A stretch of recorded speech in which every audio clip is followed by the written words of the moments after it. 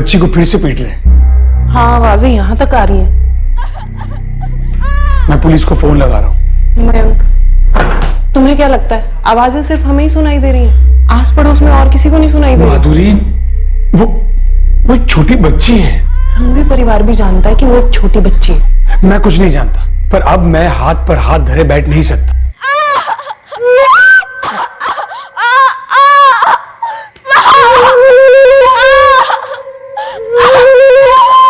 और चुप नहीं रहूंगा। ठीक है, फिर पुलिस को फोन लगाओ।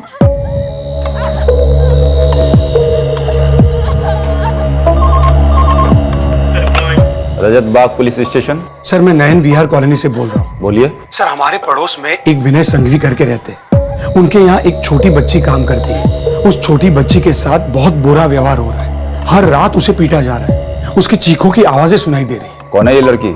ये सब कब से चल रहा है? सर, लड़की कौन है वो तो मैं नहीं जानता। शायद उसे कहीं बाहर से लेकर आए, पर सर पिछले 4-1 महीने से लगभग हर रात उसकी चीखों की आवाजें आ रही हैं। विनय संघवी नाम बताया ना? जी।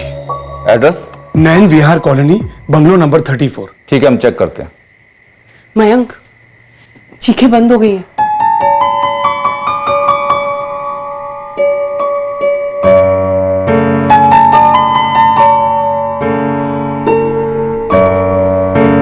कहीं उस बच्ची को कुछ हो तो नहीं गया? रिपोर्ट करने में मैंने देरी तो नहीं कर दी? मयंक, तुम जो कर सकते थे तुमने कर दिया। नाबालिग है? नाबालिग ही होगी। काम के लिए रखा है और मारते पीटते भी हैं, तो नाबालिग ही होगी। चलते हैं, लेकिन पहले उन एनजीओ वाली मैडम को इन्फॉर्म कर देते हैं। ठीक है, तुम फोन लगाओ, मैं गाड़ी निकालता हूँ। मयंक, तुमने कॉल कर दिया ना, अब पुलिस देख लेगी अपने आप। अरे लेकिन पुलिस अभी तक आई नहीं है। मयंक, तुम सो जाओ, पुलिस आ जाएगी।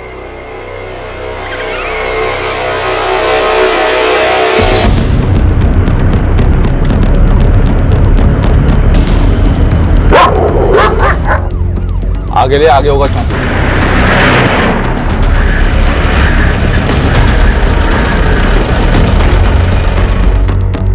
ये है बंगला नंबर 34।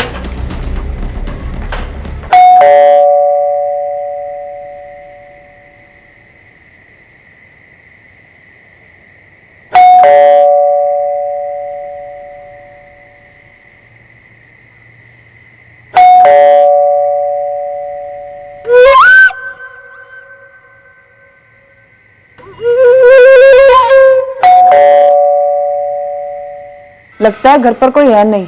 बंगलो नंबर तो सही है ना? कॉलर ने यही बंगला नंबर बताया था, 34। गाड़ी भी यहीं खड़ी है। जी, विनय संघवी। जी हाँ। जी, आपके घर में कोई लड़की काम करती है क्या? हाँ, करती है, लेकिन सुबह आती है वो। नहीं, मतलब कोई बांधी हुई है काम के लिए, छोटी लड़की। नहीं तो हमें कंप्लेन आई है, आप उसे बुरी तरह से पीटते हैं। बच्ची के चीखने की आवाजें बाहर आती हैं। क्या बकवास कर रहे हैं आप? चढ़ा बढ़ा कर तो नहीं आए ना आप लोग? पुलिस वाले हैं, तमीज से बात कीजिए। आप भी तमीज से बात कीजिए, नागरिक हैं हम।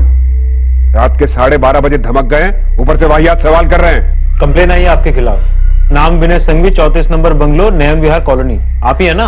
वाह, कोई भी उठकर कंप्लेन कर देगा और आप लोग आकर सीधा घंटी बजाकर जगा दोगे। हमें चेक करना पड़ेगा अंदर। क्यों चेक करना? और क्यों चेक करने दूंगा मैं?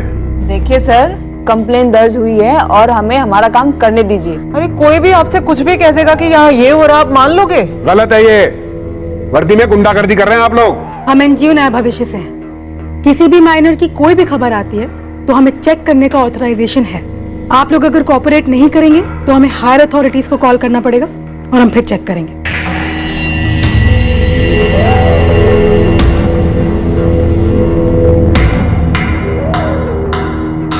सोफे के पीछे छिपाएंगे क्या हम किसी को? जाइए, जाकर फ्रिज के अंदर भी चेक कर लीजिए।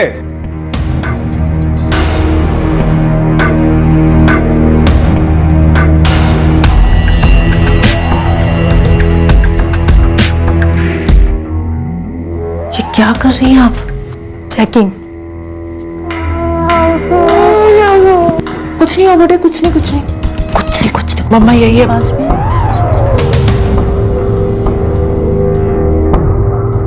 आप लोग पागल हैं क्या? हम हमारे बच्चों को मारेंगे? मैडम, कंप्लेन है हमारे पास और बच्चों के साथ बहुत कुछ होता है, माँ बाप के हाथों भी। बताइए, कौन है वो सरफराज जिसने हमारे खिलाफ कंप्लेंट की? Come on, tell me. Sorry sir, उसका नाम नहीं बता सकते, लेकिन इतनी रात को परेशान करने के लिए सॉरी।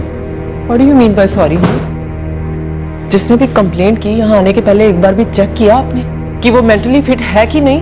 उसे कोई साइकेट्रिक प्रॉब्लम तो नहीं है जो आवाजें सुनाई देती हैं उसे? चले आए मुंह उठा के। अब आप लोग जाएंगे यहां से? चलते हैं विनय जी, लेकिन तकलीफ देने के लिए फिर से सॉरी। चलो।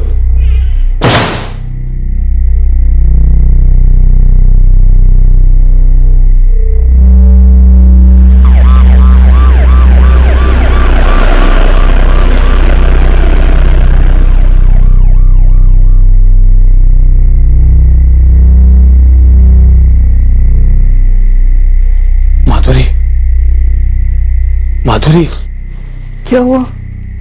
ले गए क्या बच्ची को छुड़वा के? बच्ची को बिना लिए चली गई पुलिस। मयंक सो जाओ, उन्होंने पुलिस को पैसे खिला दिए होंगे। बच्ची को कुछ हो तो नहीं गया? मयंक, जो लोग बच्ची को पीट सकते हैं वो पुलिस को पैसे भी खिला सकते हैं। पुलिस उनके खिलाफ कोई एक्शन नहीं लेगी। तुमने जो करना था तुमने किया, अब इससे ज्यादा तुम क्या करोगे? लोगों के मन में एक आम सोच बन गई है कि हमें खरीदा जा सकता है और हम जुर्म को नजरअंदाज कर देंगे। और ऐसी सोच क्यों है ये पता करना कोई रॉकेट साइंस नहीं है। क्या उस घर में कोई बच्ची मुसीबत में थी और क्या उसे नजरअंदाज किया गया था? क्या उस पुलिस टीम को पैसे खिला दिए गए थे? नहीं, लेकिन उन्होंने अपनी ड्यूटी ठीक से नहीं की थी। लापरवाही हमारी फोर्स का एक आम मर्ज है जो करप्शन के चार्जेस को और मजबूत कर देती है। और यही वजह है कि लोगों का विश्वास हम पर से उठ जाता है और इसी वजह से कुछ ऐसे जुर्म हो जाते हैं या फिर होने दिए जाते हैं जिनको रोका जा सकता है।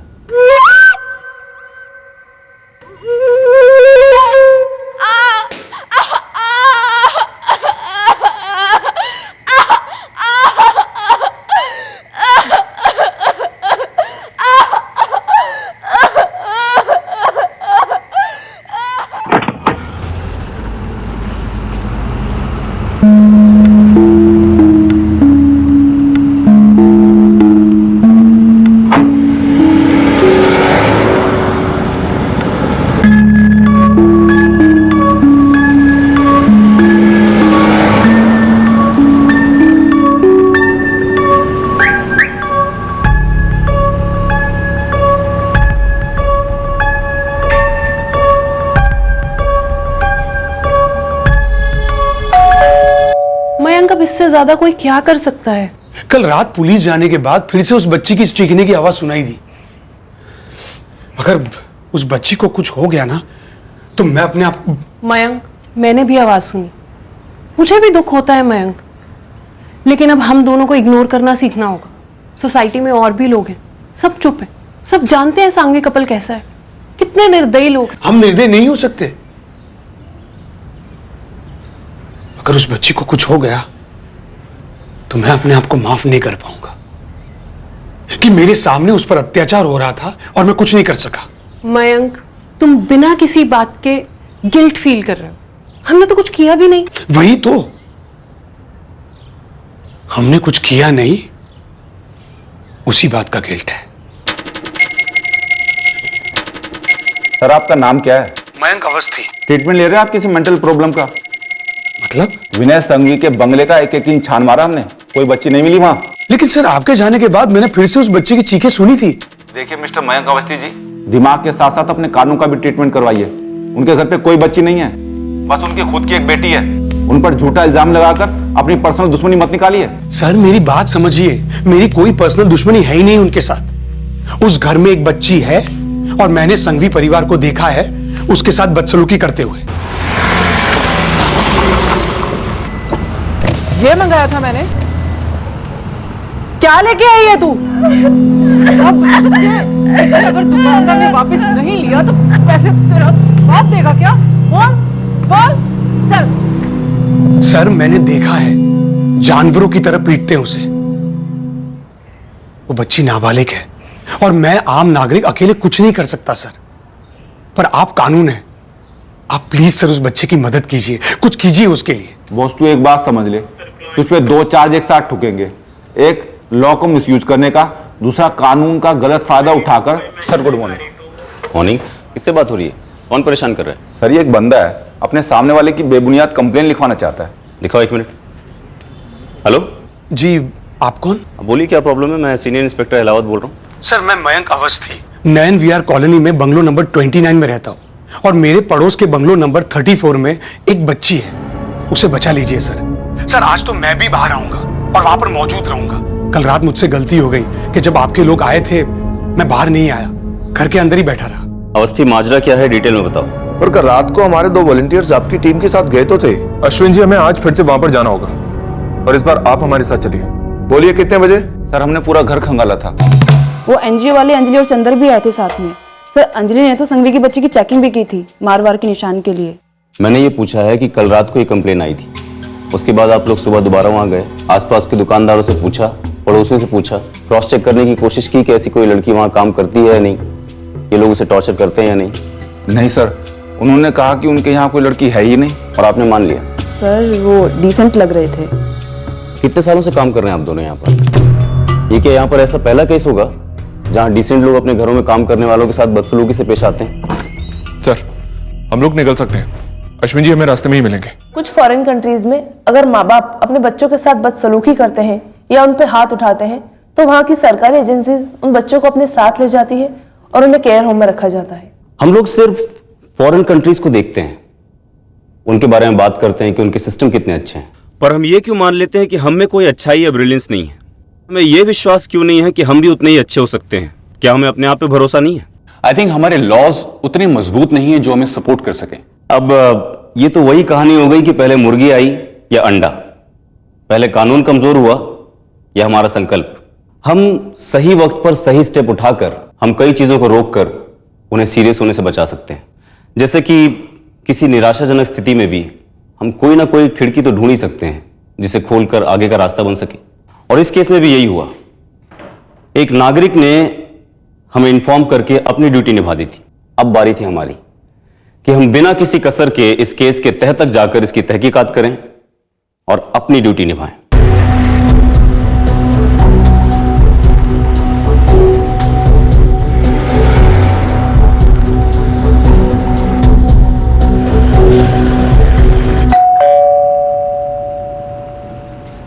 तुम्हें नहीं लगता तुम इस सब में कुछ ज्यादा ही इन्वॉल्व हो रहे हो?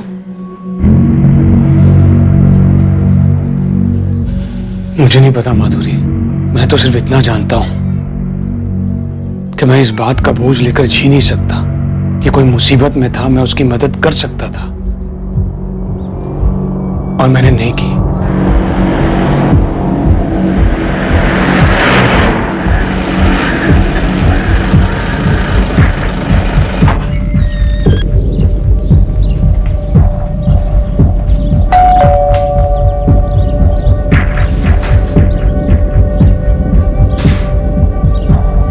सर मैं मयंक अवस्थी, बंगलो नंबर 29, मैंने ही कंप्लेंट की थी।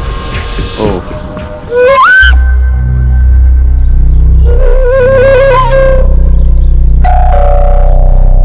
कल रात को भी इतनी ही देर लगी थी दरवाजा खोलने में? जी सर। सर ये तो कुछ ज्यादा ही टाइम लग रहा है।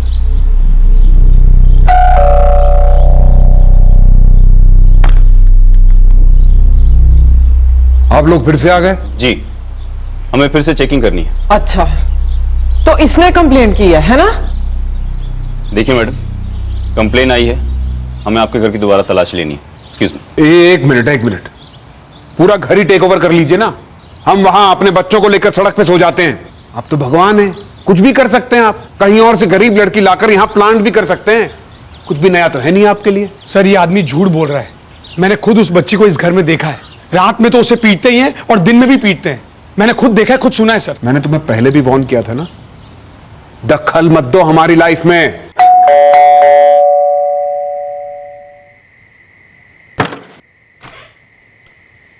यस, मैंने देखा है आपकी वाइफ उस बच्ची को पीट रही थी। कौन हुआ? काफी बुरी तरह से पीट रही थी और ये बहुत गलत है। कौन है मेरे? जो भी हो आप, वो लड़की हमारे घर में काम करती है। Okay, mind your own business. Sorry, but मुझसे देखा नहीं जाता, रातों को सुना नहीं जाता। जानवरों से बदतर सलूक कर। रिश्तेदार हो उसके? हमारे रिश्तेदार हो? नहीं ना, तो जाओ ना अपना घर संभालो जाके। क्यों दूसरों के घर में तांग झांक कर रहे हो? वो आपके घर में खाती है, आपके घर में रहती है, आप पैसे देते हो उसे। वो जो कुछ भी हो, उसे मारना गलत है। अबे ओ महात्मा, अपने घर को संभाल, चल। ये पागल है इंस्पेक्टर। दरअसल थोड़े पागल हम भी हैं। अगर साइड नहीं हटे ना तो साइड हटा देंगे। अरे आप लोग इस तरह जबरदस्ती हमारे घर में नहीं घुस सकते। अरे ये तो पुलिस की वर्दी में गुंडागर्दी कर रहे हैं ये लोग तो। अंजलि, लड़की अगर घर पे है तो उसके कपड़े और बिस्तर कहीं होना चाहिए, ठीक से चेक करो। कल रात को पूरा घर उथल पुथल हो चुका है। मिली कोई लड़की? नहीं मिली।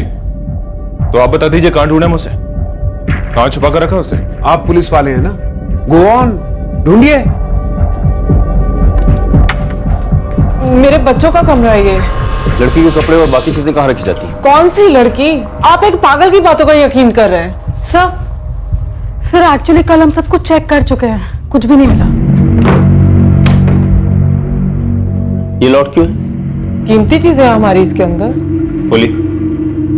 हमारी ज्वेलरी से आपको क्या लेना देना? अगर ज्वेलरी है तो कुछ लेना देना नहीं है, खोलिए इसे। विनय, विनय, अब तो हद ही हो गई। ज्वेलरी क्लोजेट खोलने के लिए बोल रहे हैं ये लोग। इसमें हमारी पर्सनल वैल्यूएबल चीजें, उसमें क्या देखना है आपको? आप अलमारी खोलिए। 2 सेकंड लगे हमें तय करने में कि आपकी पर्सनल लाइफ एक्चुअली है क्या। कैश और सोने के जेवर हैं और कुछ भी नहीं है। सर मेरे पास हैंडीकैम है, हम रिकॉर्ड कर सकते हैं। हम आपकी कोई भी वैल्यूएबल को छुएंगे तक नहीं, आप टेंशन मत लीजिए। आप कौन होते हैं ये बात करने वाले? इन लोगों के साथ ही तो मिले हैं आप भी। आप ये अलमारी खुलवाएंगे ये तोड़वा दूं मैं।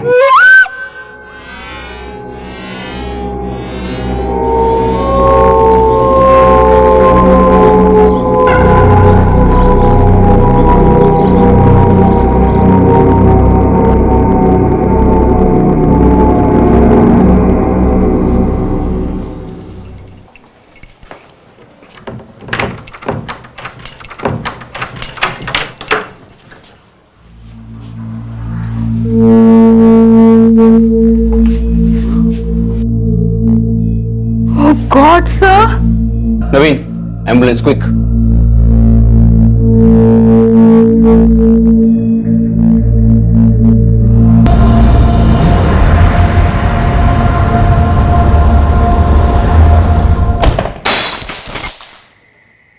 मम्मी क्या हुआ बेटा? कुछ गिरा। मम्मा ने भी सुना। आप सो जाओ, मम्मा देख लेगी। हाँ, सो जाओ सो जाओ।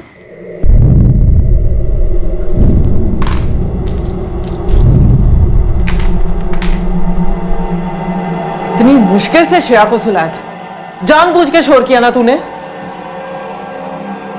नहीं दीदी, वो गलती से गिलास फिसल गया। फिसल गया मतलब? अब मेरा हाथ भी फिसलेगा।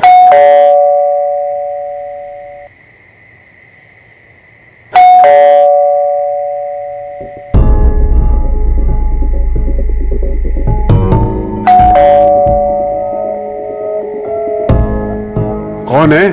2 पुलिस वाले हैं, 2 कोई और हैं। ये सामने वाले ने कहीं कंप्लेंट तो नहीं कर दी? कल रात को जब चेकिंग हुई थी तो आज ही की तरह बच्ची को अलमारी में छुपाया था। बैठ मत, खड़ा रहे। तुम मेरे साथ इस तरह तू तड़ाक करके बात नहीं कर सकते इंस्पेक्टर। तुझे रत्ती भर अंदाजा नहीं कि मैं तेरे साथ क्या कर सकता हूं और क्या करने वाला हूं। चुपचाप खड़ा रहे। आपको तो पूरी बात पता ही नहीं है। आशा हमारी जिम्मेदारी है, हम गार्जियंस हैं उसके। कल हमारी टीम के आने के पहले उसे पीटा, उसके बाद कबर्ड में लॉक कर दिया, उनके जाने के बाद दोबारा पीटा। इस तरह जिम्मेदारी निभाई आपने अपनी।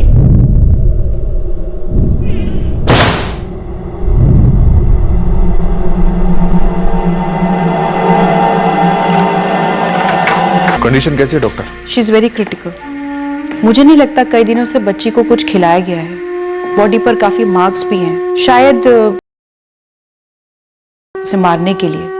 और भी पता नहीं क्या क्या चीजों का इस्तेमाल किया गया है। क्या मिल सकते हैं उससे भी? अभी तो वो बेहोश है, आप 2 घंटे बाद मिल सकते हैं। खिलाया नहीं? What nonsense. वो जितना खाती थी उतना देते थे उसको। खाती थी और सो जाती थी, काम तो कोई ढंग से करती नहीं थी वो। 14 साल की बच्ची है वो, तो हमारे भी बच्चे हैं, हमको बच्चों के साथ कैसे डील करते हैं बहुत अच्छी तरह से आता है। तो अपने बच्चों को भी चाकू से काटता है तू, उनको भूखा मारता। जबान संभाल के बात करो। हाँ, मैं तुम्हारा कोई ये गली का गुंडा या कोई जेब कतरा नहीं हूं। तो कौन है तू?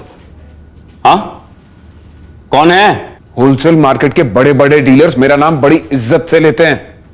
तो ये गालियां तुम्हें बहुत महंगी पड़ेंगी। अच्छा, साले कुत्ते, उस बच्ची को तो बड़ी सस्ते दामों में खरीदा होगा तूने। जितनी गालियां देनी है दे दो, अभी बाद में उतना ही पछताओगे तुम। कहां से उठाया था उस बच्ची को? एजेंट से लिया था और अच्छे खासे पैसे दिए थे उसके लिए। नंबर दे अपने इस एजेंट का, उस साले की भी खबर लेता हूं मैं। देखिए, अब अपनी हदें पार कर रहे हैं आप। हम लोगों से ऐसे चीप और घटिया तरीके से बात नहीं कर सकते। और कम से कम इतना तो ख्याल रखिए, लेडी खड़ी है रूम में, तमीज से बात कीजिए। मैडम, यहां पर अभी ऐसा कुछ भी नहीं कहा गया जो आपकी हरकतों से ज्यादा घटिया और चीप हो। और तू नंबर दे अपने उस एजेंट का, और याद रखना, अगर वो कहीं भाग गया ना, तो मैं तुम दोनों की ये जो रेपुटेशन या जो कुछ भी है, इसकी धज्जियां आज यहीं उड़ा दूंगा। नंबर दे।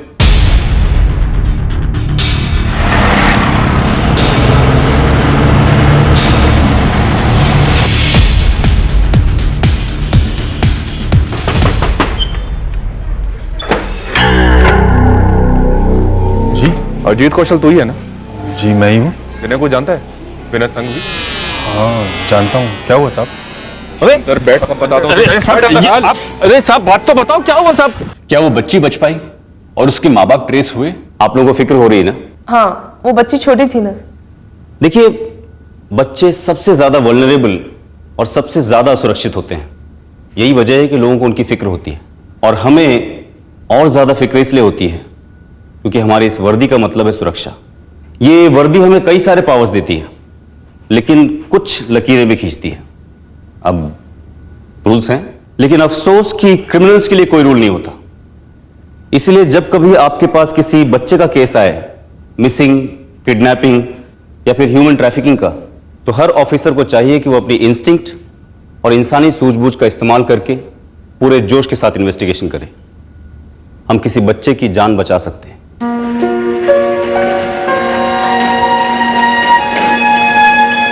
बच्ची बेहोश है पर स्टेबल है। उसके घाव हील हो रहे हैं, बट थोड़ा टाइम तो लगेगा। वैसे उसके माँ बाप ट्रेस हुए? उस एजेंट को पुलिस ने पकड़ लिया है जिसने आशा को सांघवी फैमिली को बेचा था। माँ बाप का पता उसी से लग सकता है।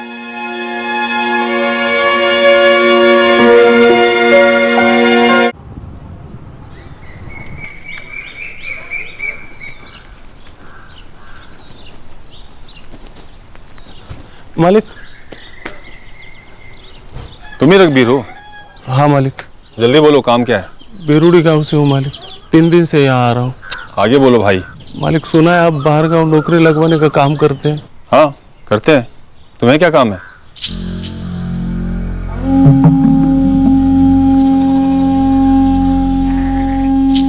नानू और लालू तो बहुत छोटा है।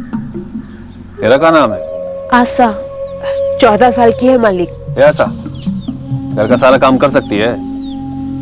खाना, कपड़ा, झाड़ू, पोछा सब कुछ कर लेती है मालिक, और माँ के साथ मकई भी बेचने जाती है। ठीक है, 3-4 दिन में दिल्ली जा रहा हूँ काम से, इसे भी ले जाता हूँ साथ में। पैसा कितना मिलेगा महीने का? साहब रुकिए, साहब रुकिए। उन लोगों ने बच्चे को मारा तो आप क्या मुझे मारेंगे साहब? और नहीं तो क्या तेरी आरती उतारूं मैं? गांव से भोली वाली बच्चियों को बहला फुसलाकर यहाँ शहर में लाकर बेचने का धंधा करता है। तो धंधा करता है। नहीं हूँ साहब, बेचता नहीं हूँ साहब, काम दिलवाता हूँ साहब। मैंने सांघवी के घर पे भी काम के लिए रखा था साहब। वो लोग बच्चे से ऐसे पेश आते तो मैं क्या करता साहब? मैंने तो बोला भी था मत मारो बेचारी को, बच्ची है। अजीत, ये लड़की काम कम क्रांति ज्यादा करती है। और कल से सत्याग्रह पे बैठी है, कहती है काम नहीं करेगी, घर जाएगी। बच्ची है ना सर जी। मैडम, मैं बात करता हूँ आशा से। काम नहीं करेगी तो पैसा नहीं मिलेगा। पैसा नहीं मिलेगा तो तेरे माँ बाबा और दोनों भाई भूखा मरेंगे वहां बेरूड़ी में। नहीं भैया, ये लोग मुझे बहुत मारते हैं, हर बात के लिए मारते हैं। बर्तन ठीक से नहीं धोए उसके लिए भी मारते हैं, कपड़ा ठीक से नहीं धोया उस बात के लिए भी मारते हैं। सनी, श्रेया दोनों बच्चे हैं, मुझे लगा मुझे उसके साथ अच्छा लगेगा, लेकिन वो दूध नहीं पीते उस बात के लिए भी मुझे ही मार पड़ती है। और अब तो वो भी इन सब की तरह हो गए हैं, जो हाथ लगता है उससे मुझे मार देते हैं। मैं यहाँ काम नहीं करूंगी भैया, मुझे घर जाना है। अरे अरे आशा, बैठ बैठ, यहाँ बैठ। देख आशा, तू अपने घर वालों के बारे में सोच।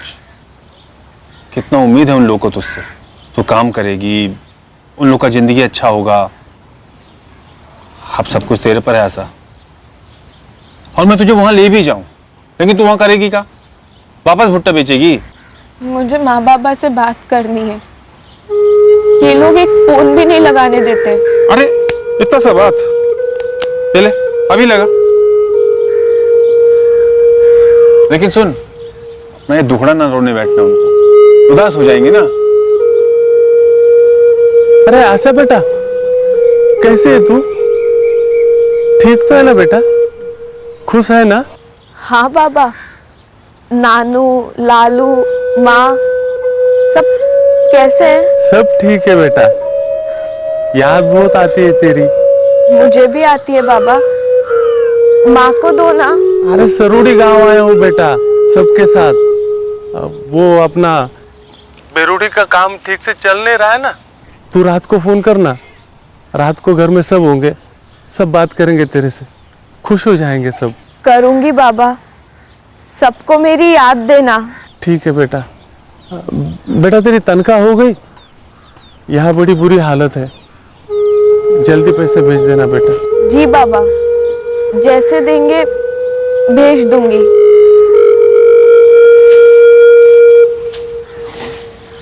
भैया मुझे एक सबसे सस्ता फोन दिलवा दो। हाँ, वो अगली बार आऊंगा तो लेता आऊंगा। और वो बाबा पूछ रहे थे तनख्वाह कब भेजूंगी। और तू उसकी चिंता मत कर, वो मैं टाइम पे पहुंचा दूंगा, वो मेरा काम है। तू ना बेटी बस अपना काम मन लगा के कर। करती हूँ ना भैया, लेकिन वो लोग मारते हैं। अब नहीं मारेंगे, मैं हूं ना, मैं बात करूंगा उनसे। अरे मारे नहीं तो क्या आरती उतारे उसकी? जानबूझकर हर काम धीरे और गलत करती है वो। बच्ची है मैडम, तो डिश वॉशर या वॉशिंग मशीन नहीं कि लाद दो। थोड़ा तो केयर करो सर। केयर करूं? साले 60 बोल के पूरे 75,000 रुपए ऐंठ लिए तूने हमसे उस डिफेक्टेड माल के। पूरी लाइफ काम करने की गारंटी दी थी ना तूने उसकी। आपका ये इतना बड़ा एलईडी टीवी 75 से ज्यादा का है। वो बच्ची तो फिर भी इंसान है। आप अपने इस टीवी को भी इतनी बेरहमी से नहीं मारते सर जी। प्यार से उसकी धूल साफ करते हैं, इतना केयर करते हैं सर, तभी तो सालों साल साथ चलता है ना। ए अजीत, फालतू भाषण मत दे, समझा? भाषण नहीं दे रहा हूं साहब, प्रैक्टिकल बात कर रहा हूं। ये टीवी कीमती है, लेकिन आशा किसी इंसान की बच्ची है साहब, कीमती टीवी से भी कीमती। आपके अपने भी तो बच्चे हैं ना साहब, उन्हें भी प्यार करते हैं ना खूब। मारने को उठा हाथ रोकिए अपना, पेट भर खाना खिलाइए, फिर देखिए ना मैडम, बच्ची घोड़ी जैसा काम करेगी। तुम तो ऐसे बात कर रहे हो जैसे हम कोई जल्लाद हैं। नहीं नहीं मैडम, आप लोग तो देवता हो, बस थोड़ा सा ख्याल रखिए उसका। बच्ची मन लगाकर खुशी खुशी काम करेगी।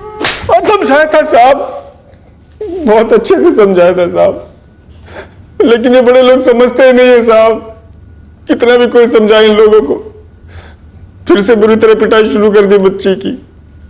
साहब ये पढ़े लिखे कहां से हो गए साहब?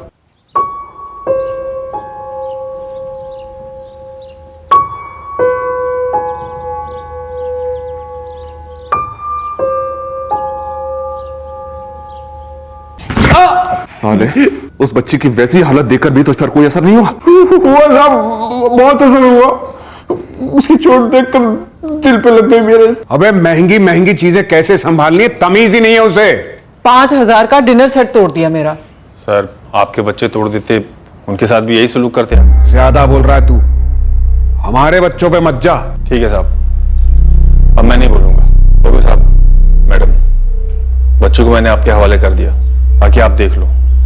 ऐसे बार बार आकर मैं आशा को समझा नहीं सकता। अरे आप लोग थोड़ा सुधरो, बच्ची भी थोड़ा सुधर जाएगी, बाकी आप देख लो साहब। वाह, बड़ी आसानी से पल्ला झाड़ लिया तूने। मैंने उपाय बता दिया साहब, बाकी आप पर आप कैसे संभाल लेते हो। हजारों लड़कियों को काम पर लगाया साहब हमने। हर घर में छोटी मोटी परेशानी होती ही है। अब हर किसी को लाइफ टाइम सर्विस तो नहीं दे सकता ना साहब मैं। चलता हूँ साहब, नमस्ते मैडम। ऐसे चोट लगी दिल पे तेरे, ऐसे चोट लगी तेरे। साले, किस चीज का दिल बना है तेरा? उस बच्ची को उसके गांव वापस छोड़ देता या फिर यहां हमारे पास लेकर आ जाता, लेकिन नहीं। पैसा इंसानियत से बड़ा होता है ना, और वो भी दलाली का पैसा। साले, लड़कियों की कमाई पर पलने वाले तूने एक ढीला नहीं दिया होगा उसे, सबका सब हजम कर गया होगा यहीं पर।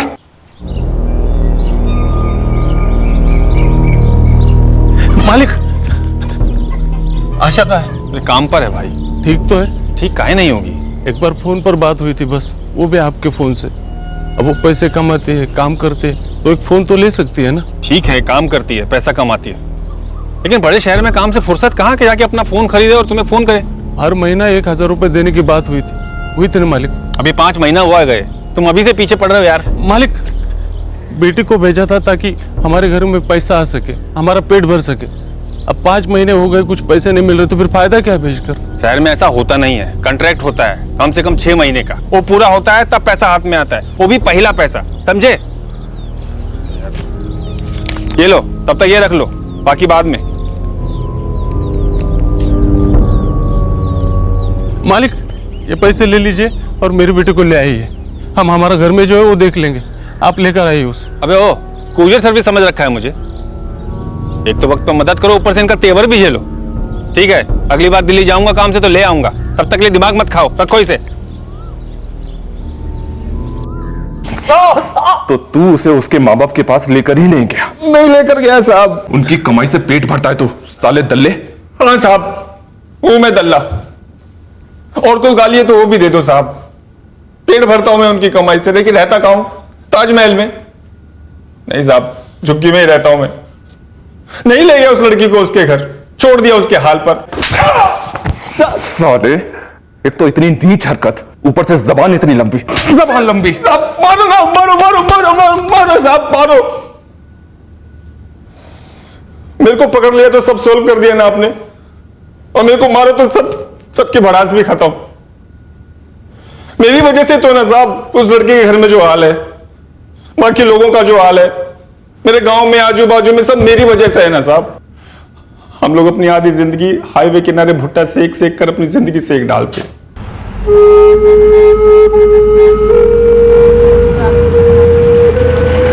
भैया, गरम सिका मकाई ले लो ना, अभी सेका है, ले लो ना। मेरी वजह से ही ना साहब टूरिस्ट जितने आते हैं उतने भी 10 रुपए का भुट्टा 5 रुपए में खरीदने के लिए तोल मोल करते हैं। मेरी वजह से ही ना साहब हम जैसे हालात में लोग पैदा होते हैं, और कई कई तो उसमें मर भी जाते हैं साहब। लेकिन करे तो करे क्या साहब, आगे बढ़े तो कहां बढ़े? ये लड़की आशा, ऐसे कई बच्चे हैं साहब, एक तरफ वहां कोई आगे बढ़ाने के लिए पहुंचता नहीं, स्कूल खोल देते हैं, स्कूल जाओ तो नक्सली धमकी देते। करे तो क्या करें साहब, इधर कुआं उधर खाई। मुद्दा भुट्टा है साहब, वो 5 का 10 मिलने वाला भुट्टा आप जाके खाइए कभी उस इलाके में, और डंडी फेंकी हवा में, सीधा किसी ना किसी आशा को जाकर लगेगा। कितनी आशाएं वहां पर जो निराशा में डूबी हुई हैं, वहां हम कोने में पड़े सड़ते हैं, हमें वहां सड़ाते रखने के तरीके पर पीएचडी की जाती है। यही लोग तय करते हैं कितनी सस्ती है हमारी जिंदगी आजकल के दौर में। हाँ, हमारे जैसे लोगों को कुछ नोटों के हरे पत्ते और पेट भर बिरयानी मिल जाती है 5 साल में एक बार। मैं कोई शौकिया दल्ला नहीं बना साहब, वो लड़की भी शौकिया किसी सेठ के घर में झाड़ू पोछा नहीं कर रही थी, फोकट में मार नहीं खा रही थी। और है क्या साहब, हमें भी अपनी चमड़ी प्यारी है, कौन देखे दूसरा जी रहा है या मर रहा है। दुख हुआ था, लड़की पिस रही है, पिट रही है, लेकिन क्या करता मैं, क्रांतिकारी बनता। अपना पेट संभालने की औकात नहीं, जमीर क्या पालू मैं। ऐसी बातें करके तू क्या समझ रहा है अपने आप को? क्या नहीं है तू बहुत बड़ा महात्मा है? तू सिर्फ एक दल्ला है साले। ठीक है साहब, मान लिया जो आप कह रहे हो। अब आप बताओ क्या करूं मैं? हमारी बेइज्जती करके आप लोगों का दिल भर गया हो तो हम लोग घर जा सकते हैं। बेइज्जत उन्हें किया जाता है जिनकी कोई इज्जत हो। आप दोनों अंडर अरेस्ट हैं, लॉकअप में डाल दो इनको। 1 मिनट, किस जुर्म में? देखिए, हमारे बच्चों का स्कूल छूटने वाला, उन्हें पिकअप करना है हमें। और फिर हमारा जुर्म क्या है? जिस काम के लिए उस लड़की को घर में लेकर आए थे वो काम ही नहीं कर रही थी। वो किसी काम की नहीं थी, फिर भी उसे खाने के लिए दिया, सोने के लिए जगह दी। नहीं तो दिल्ली की सड़कों पे कहीं भीख मांगती रहती, कोई उठा के ले जाता और गंदे धंधे में डाल देता उसको। आप दोनों के अगर कोई रिलेटिव है तो उनको फोन कर दीजिए, आपके बच्चों को पिकअप कर लेंगे।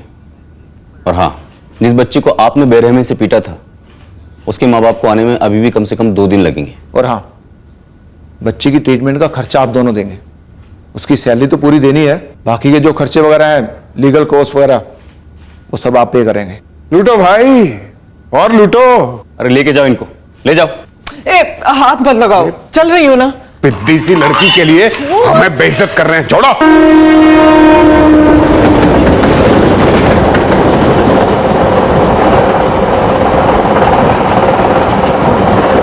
आशा, तुम्हारे माँ बाबा रास्ते में है, उनसे बात हो गई हमारी। मुझे उनके साथ वापस घर जाना है। हाँ बेटा, तुम घर जाओगी, पर उससे पहले तुम्हारा यहाँ ठीक से इलाज होगा, उसके बाद वो तुम्हें घर ले जाएंगे। जल्दी।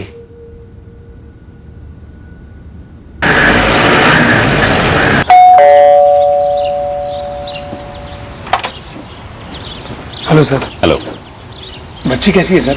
हॉस्पिटल में रिकवर हो रही है, जल्दी ठीक हो जाएगी। मिस्टर अवस्थी, सबसे पहले सॉरी, हमारे डिपार्टमेंट ने आपके साथ उस दिन फोन पर बदतमीजी की। वो सब ठीक है, बच्ची बच गई, वो मेन बात है। जी, लेकिन बच्ची बची नहीं बल्कि आपने उसे बचाया है।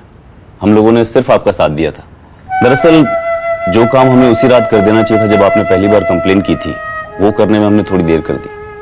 और थैंक यू सो मच, आपने जिद नहीं छोड़ी और मामले के पीछे पड़े रहे। वैसे बच्ची है कहाँ की? जी, झारखंड के एक दूर दराज गाँव की है। उसके माँ बाप उसको लेने आते होंगे। अच्छा, तो वो अपने माँ बाप के साथ वापस चली जाएगी? जी। मैंने कभी नहीं सोचा कि ऐसा होगा। हम लोग कभी कभी अपनी खुदगर्जी में कितना डूब जाते हैं कि दुनिया का कोई गम अपने गम से कम ही लगता है। हमारे लिए वो कोई मायने ही नहीं रखता। चलो ऑफिस चलता हूँ, लेट हो रहा हूँ।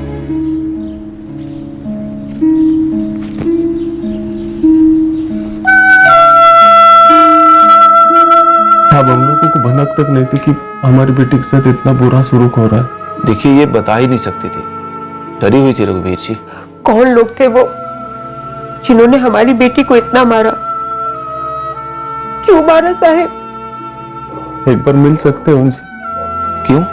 बस जानना चाहते हैं कि हमारी बिटिया को उन्होंने इतना क्यों मारा। गलती क्या थी आशा की? गलती आशा की कभी थी ही नहीं रघुवीर जी। गलती किसी की नहीं, पूरे समाज की है। जहां इज्जत और गरिमा पैसों की होती है, इंसान की नहीं। देखिए, हमने आशा से बात कर ली है, उसकी काउंसलिंग भी कर ली है। बाहर के जख्म थोड़े जल्दी भर जाएंगे, पर दिल के जख्म भरने में थोड़ा समय लगेगा। आप लोग इसे घर लेकर जाइए और खूब प्यार कीजिएगा। प्यार से बेहतर कोई भी दवा नहीं है। आशा अपने माँ बाप के साथ अपने गांव लौट गई।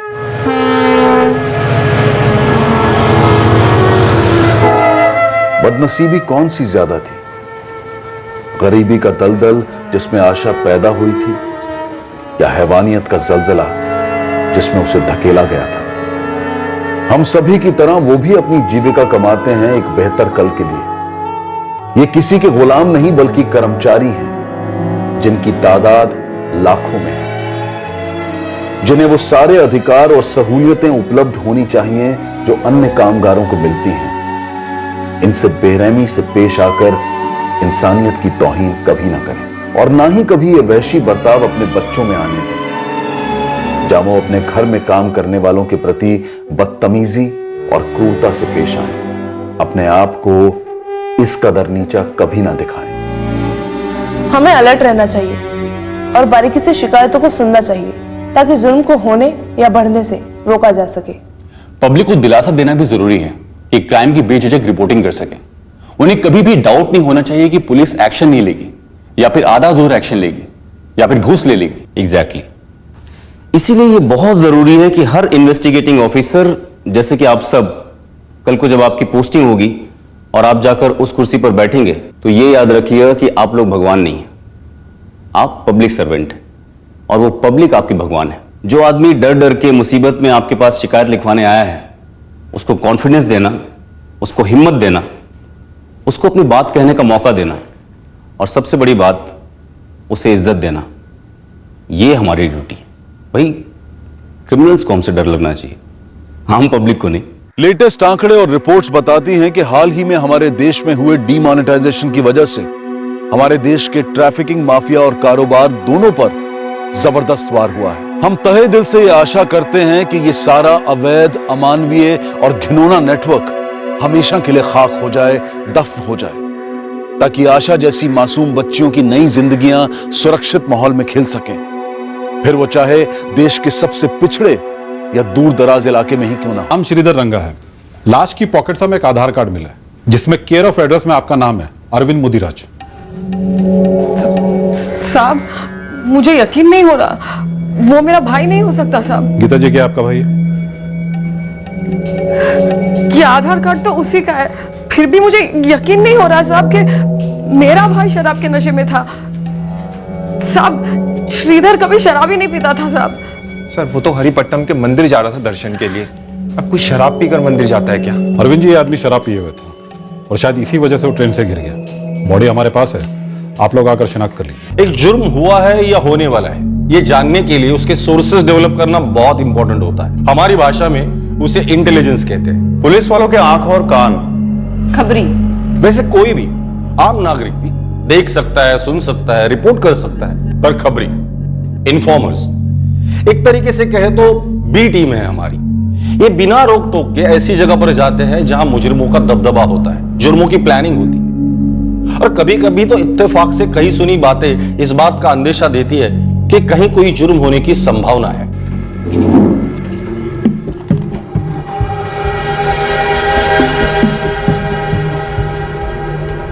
कुछ सुना का क्या मतलब होता है गोविंद? जो भी है डिटेल में बता। डिटेल ही तो नहीं है ना मालिक, बस ऊपर ऊपर से सुना है यहाँ परशुराम के ठेके पर लगता है 2 बंदे कोई कांड प्लान कर रहे हैं। बोला ना पक्का। आसपास की सारी गलियां छान मारी, कहीं कोई सीसीटीवी कैमरा नहीं है। दुकान के बाहर या अंदर कोई छिपाया हुआ सीसीटीवी तो नहीं है यार? 2 बार नजर घुमा कर देख ली सब तरफ, कहीं कोई कैमरा वैमरा नहीं है। वो जेसी वाला ठीक नहीं है क्या? बड़ा दुकान है, कुछ तो हाथ लगेगा। वो तो ठंडा पड़ गया, माल ही नहीं है उसके पास। 9 तारीख तक सारा का सारा माल सपाचट किया वाला ठीक रहेगा हम लोगों के लिए। छोटा खिलाड़ी है लेकिन मैं गारंटी दे रहा हूँ उसकी दुकान में 2-3 लाख का माल पक्का मिलेगा। चल ठीक है, एक एक बुआ और मारते हैं, चलकर हाथ मारते हैं केएम पर। जैसी मतलब जैसी ज्वेलर्स हो सकता है मालिक, मुझे इसलिए लग रहा है क्योंकि नोटबंदी के टाइम पे काफी सोना बिक गया उसका। केएम मतलब केएम ज्वेलर्स हो सकता है, अपनी सब्जी मंडी की जो छोटी सी दुकान है। ये मेन मार्केट वाली सब्जी मंडी? हाँ मालिक, लगता है अभी थोड़ी देर में लूटने का प्लान हो सकता है इन दोनों का। आज रात की बात कर रहे थे। अच्छा, किसी बड़े गैंग के लोग हैं या ऐसे ही? अपने एरिया के गैंग के तो लगते नहीं है, मैं भी इन्हें पहली बार देख रहा हूँ। आप एक रेड मार ही दो साहब जी, क्या पता कोई नया गैंग हो या किसी दूसरे एरिया के वांटेड हो। सर ये कोई बड़े गिरोह के छोटे प्यादे हो सकते हैं। गोविंद को उनके नाम तो नहीं पता पर चेहरे पहचानता है। हम भी मिलते हैं दोनों से फेस टू फेस।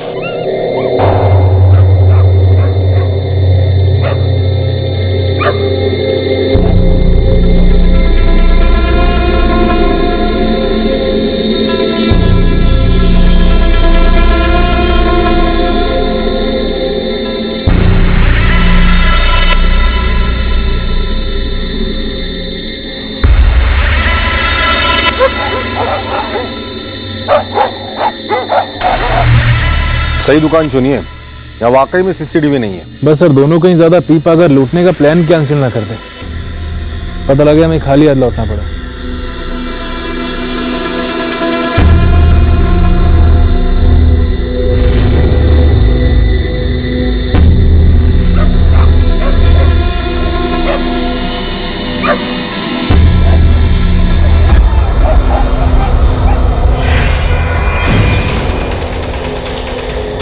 दो बंदे आ रहे हैं। नोटेड। अर्जुन, वेंकट, पोजीशन से। Yes sir.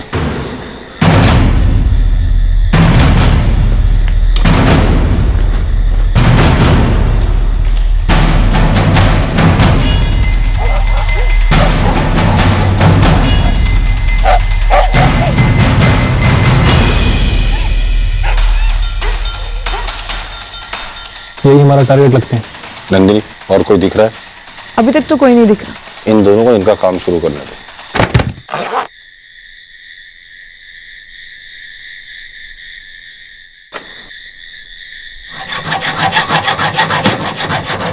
जहाज।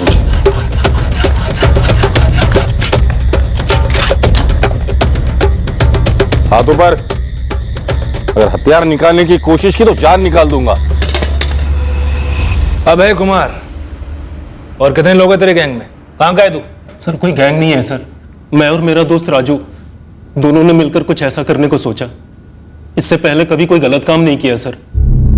कल नशे में करने निकले और आप लोगों ने पकड़ लिया। हमारी कोई गैंग वैंग नहीं है, हम तो मजदूर हैं। मासूम बच्चे हो तुम दोनों जो आम के पेड़ से कैरी तोड़ने निकले थे। हमसे गलती हो गई मैडम। गुनाह करते पकड़े गए तुम दोनों। चल बता, चुन चुन कर केएम ज्वेलर्स ही क्यों चुना? सब कुछ दिनों से हम दोनों बहुत परेशान थे, पैसों की तंगी चल रही है। अरे बाप रे, क्या अनोखी परेशानी। मतलब तुम दोनों के अलावा दुनिया में तो किसी के पास पैसों की परेशानी है नहीं, और हल क्या ढूंढा कि चलो ज्वेलर की दुकान लूटते हैं। प्लान कैसे बनाया? सब कई दुकानों का मुआयना किया और फिक्स कर दिया केएम को लूटेंगे। राजू ने फिक्स किया था। सच सच बता, और कौन कौन लोग हैं तेरे गैंग में, और इससे पहले कितनी दुकानें लूटी हैं, क्या क्या कांड किए हैं, सब सच बता। यकीन करो साहब, कोई गैंग के नहीं है हम। ये हम दोनों की पहली चोरी थी जो पूरी नहीं हुई। सर, इस अभय कुमार और राजू का कोई क्रिमिनल रिकॉर्ड तो नहीं है। फोटो के साथ हर पुलिस स्टेशन में पूछा था? हाँ सर, और यहाँ एक कंस्ट्रक्शन साइट पर ये दोनों मजदूरी करते हैं। मतलब ये पहली बार था? अभय और हमारे अलावा वहां कोई आने वाला नहीं था। हमारी कोई गैंग वैंग भी नहीं मैडम। कोई ना कोई तो कारण जरूर होगा कि तुमने जोहरी की दुकान लूटने की सोची। चल बता, आइडिया कहां से आया? हमें रातों रात मालदार बनना था, उस गंगा के जैसे। गंगा? ये गंगा कौन है? शामू दिल करे तो और पैसे मांग ले, लेकिन बाइक ठीक से साफ करना। काम चोरी बिल्कुल पसंद नहीं है मुझे।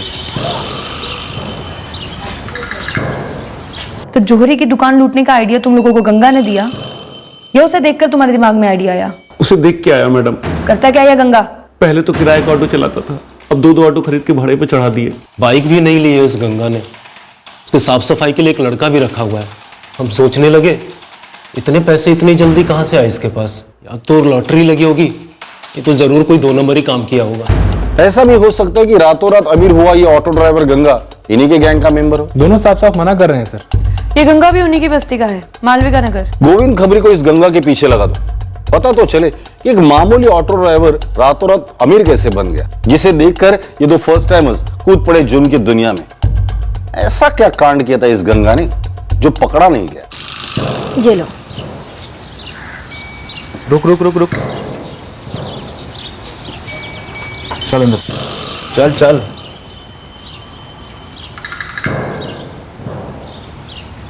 किससे पूछ के खरीदे? अरे तुमने ही तो कहा था पुराने नोट है, खर्च करने हैं जैसे भी। और फिर वो अपना जोरी है ना, मान गया पुराने नोट लेने को।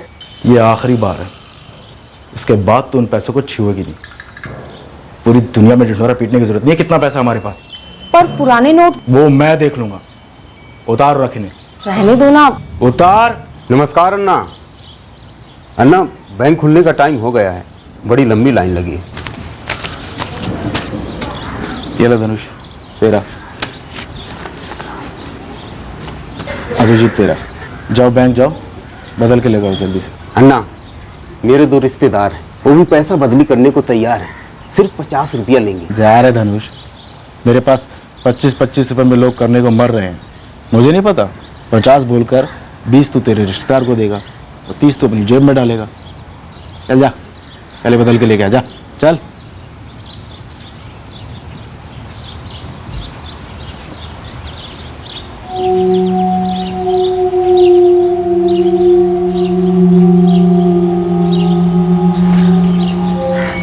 रोज रोज ये मनुष्य शक्ल लेके आना मेरे पास जरूरी है लोकेश?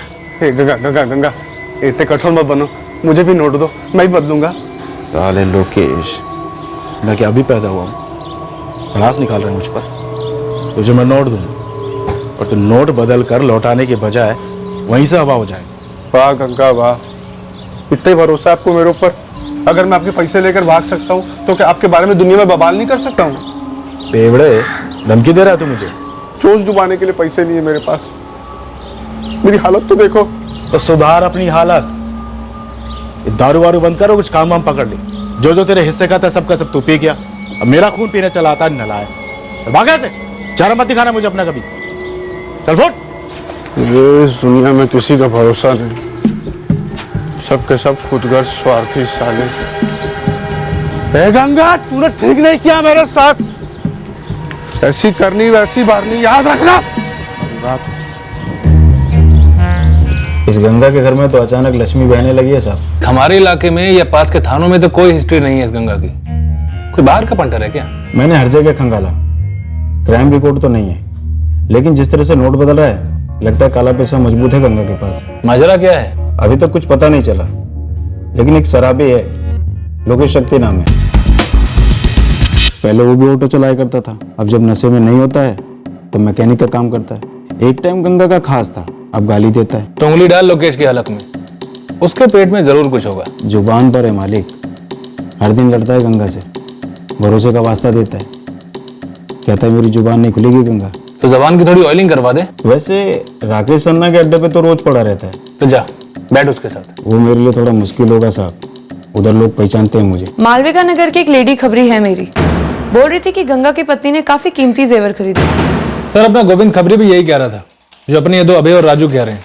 गंगा रातों रात मालदार हो गया। सच कहूं तो इस वक्त हमें नहीं पता कि हम लोग ढूंढ क्या रहे, फिर भी गोविंद की लीड को फॉलो करो, पता तो चलेगा कि ये गंगा वाकई में मैली है भी या नहीं। क्या गंगा जैसे चिंदीगिरी कर रहा है रे? इधर को बोला ना, मैं कल पैसा लाके दूंगा। सॉरी लोकेश अन्ना, राकेश अन्ना बोले पहला रोकड़ा फिर बेवड़ा। साले तुझे यहाँ जितने दिन हुए नहीं ना, तब से मैं यहाँ शराब पी रहा हूँ। वो सब ठीक है अन्ना, लेकिन आप पहले एक बोतल पी चुके हो और कल भी ऐसी पूरा एक खंबा खाली किया, लेकिन बिल नहीं दिया। भाग गया क्या मैं? लौट कर आया ना। आप बहस मत करो, पैसा दो तो बोतल आएगी, वरना नहीं आएगी।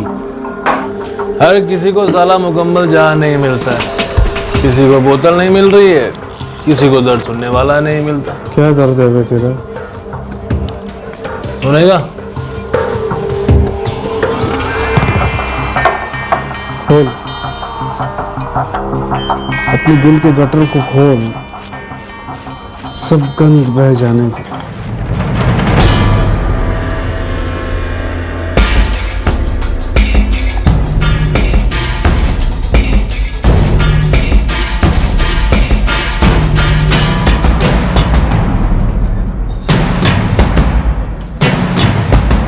साला कड़की नहीं तो जान ले ली है मेरी। पैसा होने के बाद भी कंगरा। पुराने नोट बदलना ऐसे हो गया है जैसे कोई पहाड़ चढ़ना हो। पता है 4000 के बदले अब बस 2000 के पुराने नोट बदल सकते हैं। पुराना तो पुराना सही, लेकिन तेरे पास 2-4 हजार रुपए तो है बदलवाने के लिए। इधर तो ना नया ना पुराना, साला एक पैसा नहीं है जेब में। बहुत चीटिंग हुआ मेरे साथ। लोकेश पूरी दुनिया चीटर है, जहाँ मजबूर आदमी दिखा सारे चीटर टूट पड़ते। तू भी तो कुछ बता रहा था ना, क्या किसी ने तेरे पैसे नहीं दिए, क्या नाम ले रहा था वो? गंगा ने ना बहुत गंदा गेम खेला मेरे साथ। क्यों खेला? क्योंकि तू मजबूर था इसीलिए। अरे नहीं यार, मैं मजबूर नहीं था।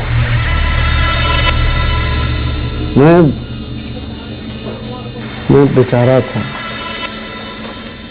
मेरे भोलेपन का, मेरी अच्छाई का बहुत फायदा उठाया गंगा ने। कीड़े पड़े साले को। अरे बहुत बड़ा हाथ मारा था हम लोगों ने। सारा का सारा आइडिया मेरा था। और मालूम है माल मिलने के बाद में क्या बोला गंगा मेरे को? क्या बोला? लोकेश क्या क्या तूने? तू तो बार-बार खिलाड़ी था, तू तो गाड़ी का स्टेप नहीं था। ऐसा बोला? ऐसे ही क्या है गंगा ये? तेरा हिस्सा पूरा 10,000। लेकिन बात तो हुई थी कि लाखों मिलेगा। अबे जो एक्चुअल रिस्क उठाया, शेर के मुंह में हाथ डाला, उसी को लाखों मिलेगा ना। तूने क्या किया? साइड से थोड़ी हवा दी। तेरी भाषा में बोलूं ना तो गाड़ी का स्ट्रैप नहीं था, बार-बार खिलाड़ी। पूरा आइडिया मेरा था गंगा, अगर मैं सोचता नहीं तो ये काम होता ही नहीं। दिमाग का दही बड़ा मत कर, जितना दे रहा हूं खुशी से ले ले, वरना ये भी ना मिलेगा। तो लाखों रुपए की बात करके उसने बस 10,000 के चिल्लर फेंके तुझ पे, जैसे कि तू कोई भिखारी हूं। लेकिन मैं गंगा से बहुत लड़ा, लेकिन साला मानने को तैयार ही नहीं था कि पूरा का पूरा आइडिया मेरा था। ये तो काम मक्खन की वजह से कैसे हुआ? मेरी वजह से। दुनिया बड़ी हरामी होती है लोकेश भाई, समझती नहीं है। अब पेन तो बस ये आइडिया ही होता है। वैसे क्या था आइडिया? अरे बोलना क्या आइडिया था तेरा? तुझे क्या लगता है मैं तेरा आइडिया चुरा लूंगा? अरे बिना जान पहचान के कितनी दारू पिलाई मैंने तुझे, और तू अब मुझे आइडिया नहीं बताएगा? देख तू चीटिंग कर रहा है मेरे से। यार मैं चीटिंग नहीं करता हूँ, तो वो भरोसा वाला आदमी। तो मैं क्या कम भरोसे वाला हूँ?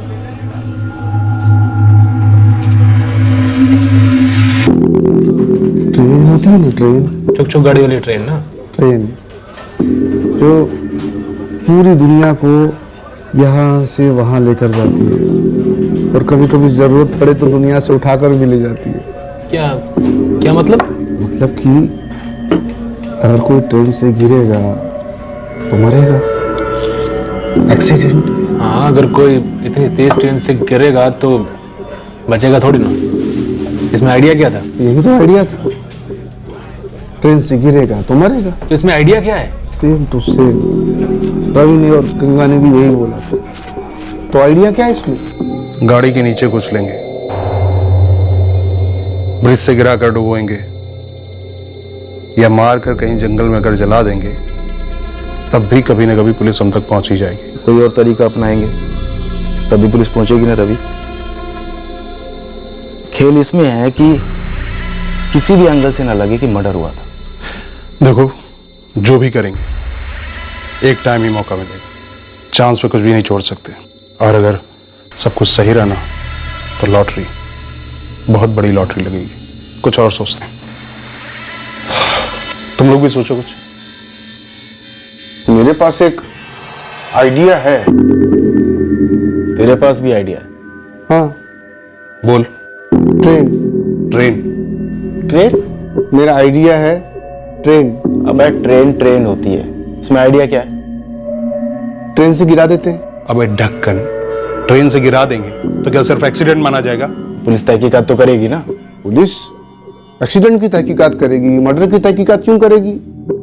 जैसे ट्रेन ट्रेन होती है वैसे एक्सीडेंट एक्सीडेंट होता है। और ऐसा तो अक्सर होता है कि लोग ट्रेन से गिर जाते हैं तो पुलिस एक्सीडेंट समझकर फाइल बंद कर देती है।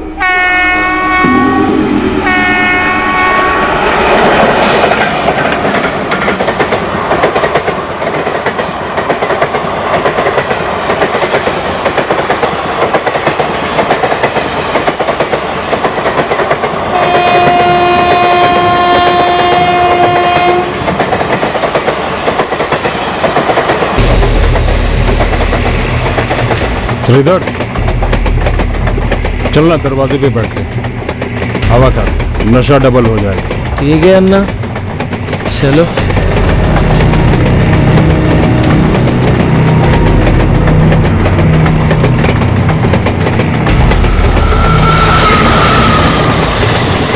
श्रीधर, मजा आ रहा है ना? हाँ रवि अन्ना, बहुत मजा आ रहा है।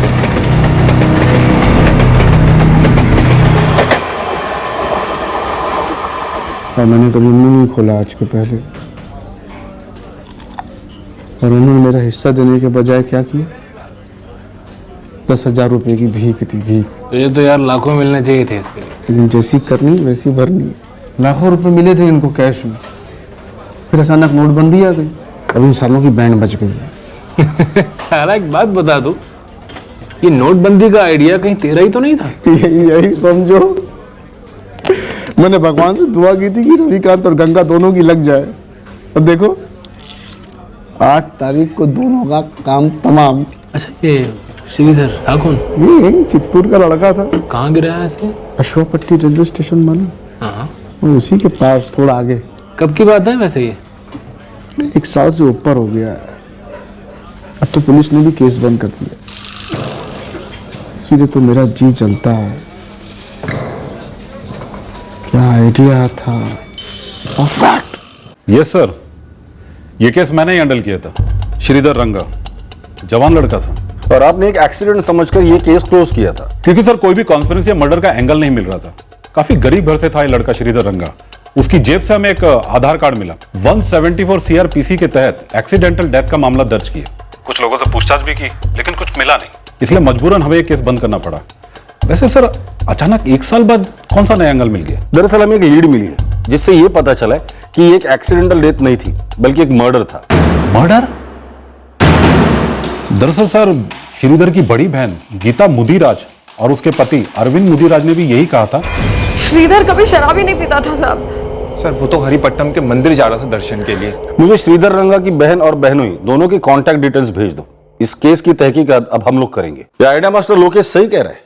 1 साल पहले अश्वपति रेलवे स्टेशन से 2 किलोमीटर दूर पर एक श्रीधर रंगा नाम के आदमी की लाश मिली थी और अश्वपति रेलवे पुलिस ने उसे एक्सीडेंटल डेथ मानकर केस क्लोज किया था। सर, ये रविकांत नागार्जुन हिस्ट्री शीटर है। 2 अटेम्प्टेड मर्डर केस भी हैं इसके खिलाफ। सर, ये तस्वीर अगर मैं लोकेश को दिखाता हूँ तो वो अलर्ट हो जाएगा। जैसे गंगा पर स्पॉट लगाया है, इस रविकांत को भी फील्डिंग पर लेते हैं। लोकेश तो हाथ में है और मुझे लगता है हमें तुरंत श्रीधर रंगा की फैमिली को कांटेक्ट करना चाहिए। श्रीधर रंगा केस का इन्वेस्टिगेटिंग ऑफिसर कह रहा था ये श्रीधर गरीब लड़का था, तो जाहिर सी बात है ये लोग भी गरीब फैमिली से ही होंगे। फिर श्रीधर को मारकर ये गंगा और रविकांत ने लाखों रुपए कमाए कैसे?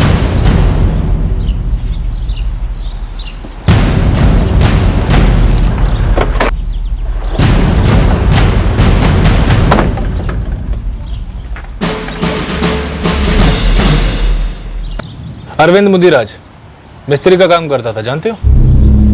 ये उसी की दुकान है ना? आप लोग कौन हो? पुलिस। हाँ सर, ये अरविंद मुदिराज की दुकान थी, लेकिन 6 महीने पहले वो बेच कर चला गया। कहाँ गया? पता नहीं मैडम, लेकिन अरविंद काफी मालामाल हो गया था। एक मिस्त्री एकदम से मालामाल। यहाँ सभी लोग यही कहते हैं कि वो अपनी दुकान और अपना घर बेचकर चला गया। रहता कहाँ था? आप लोग वो उस गली में जाइए।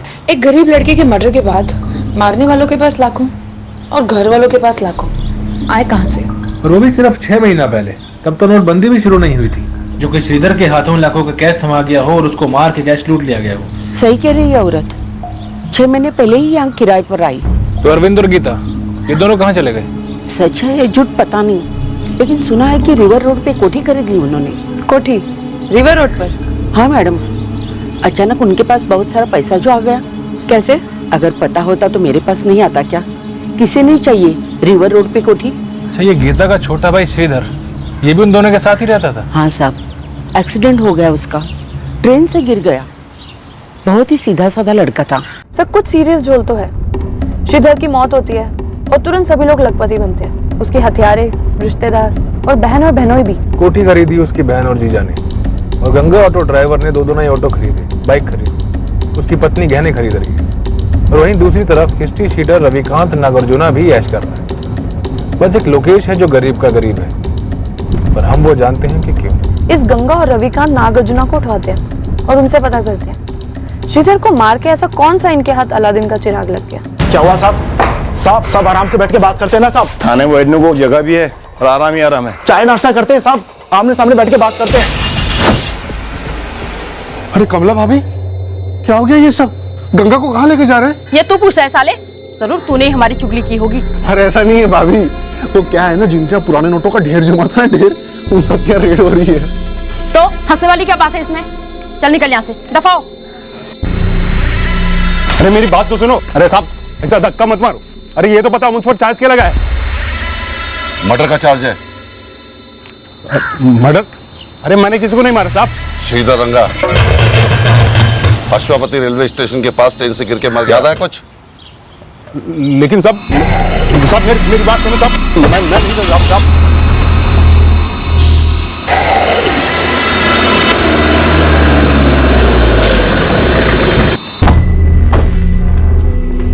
जी अरविंद मुदिराज।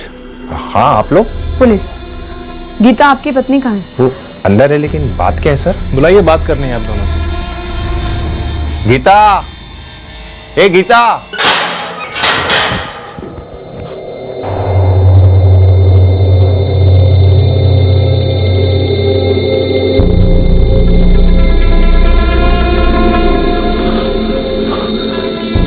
ये क्या हो गया बे? क्या तुझे बोला नहीं? साले श्रीधर के केस में अंदर किया। इन्हें कैसे पता चला? वो भी 1 साल बाद? पता नहीं, बोल रहे थे मर्डर केस है।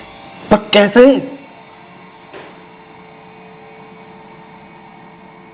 सर हमने तो न्यूज मिलते ही बोला था, ये एक्सीडेंट हो ही नहीं सकता। मैंने पुलिस को बार बार बोला था साहब कि मेरा भाई कभी शराब नहीं पीता था, और उस दिन तो वो मंदिर जा रहा था। शराब नहीं पिया रहेगा तो ट्रेन से कैसे गिरेगा? बात कुछ और ही थी साहब, हमने बोला था। बात कुछ और थी जरूर, पर आप लोगों ने उस बात का पता लगाने पर खास जोर नहीं दिया। ऐसा क्यों? थोड़ा अजीब नहीं लगता? क्या बोल रही हैं मैडम आप उस वाले पुलिस ऑफिसर से पूछिए ना सर। पहले आप बताइए ना मैडम, क्या हुआ था मेरे भाई के साथ? किसने मार डाला मेरे श्रीधर को? आप लोगों को क्या पता चला है? काफी कुछ पता चला है और काफी कुछ पता चलना भी बाकी है। जैसे कि एक बात पता चली है कि श्रीधर को मारने वाले रातों रात लखपति बन गए। जैसे आप लोग बन गए श्रीधर के मर्डर के बाद। कहाँ ये बड़ी कोठी और कहाँ वो चौल का छोटा सा घर। अरविंद, तुम्हारे तो खुद की बकायदा फर्नीचर की दुकान है। 6 महीने में इतनी तरक्की कैसे? हम लोग पहले से ही पैसे बचा रहे थे मैडम, और सब सही जगह इन्वेस्ट किए थे बस। मर्डर में कितना इन्वेस्ट किया था अरविंद? क्या कह रहे हैं सर ये आप? यही कि तुम्हारे साले श्रीधर रंगा के मर्डर पे तुमने कितना इन्वेस्ट किया था, जिसके चलते बताओ रिटर्न्स मरवाने वाले और मारने वाले लखपति बन गए, शायद करोड़पति बन गए। ऊपर से लेके नीचे तक ये केस एक क्लासिक केस था इन्वेस्टिगेशन में लापरवाही का। ये मर्डर कभी डिटेक्ट ही नहीं होता, श्रीधर के मुजरिम कभी पकड़े ही नहीं जाते, क्योंकि प्राइमरी लेवल पर इन्वेस्टिगेशन इतनी कमजोर थी, निकम्मी थी, कि इस केस के रूट तक जाने की कोशिश भी नहीं की गई थी। सभी ने इस मर्डर से इतने सारे पैसे कमाए। सर श्रीधर तो गरीब था, एक गरीब लड़के के मर्डर से लाखों रुपए कहां से मिले? ये केस एक गरीब लड़के के मर्डर वाला केस था ही नहीं। दरअसल इस केस में एक बीमार आदमी की घटती जिंदगी को बड़ी बेदर्दी से निशाना बनाया गया था। क्या मतलब रवि? समझा नहीं मैं। यार तेरा ये जो साला है ना, काम कम कर पाता है, बहुत स्लो है यार। इसकी हालत खराब है। श्रीधर गीता के मामा का लड़का है। इसके माँ बाप के जाने के बाद गीता ही इसकी माँ बनी और गीता ही इसकी बाप। फिर गीता के माँ बाप भी जल्दी गुजर गए। जब हमारी शादी हुई तो फिर गीता इसे अपने साथ ही ले आई। दोनों बहुत प्यार करते हैं हम इससे। लड़का बहुत अच्छा है यार, दुख होता है। क्या हुआ इसको? HIV पॉजिटिव है।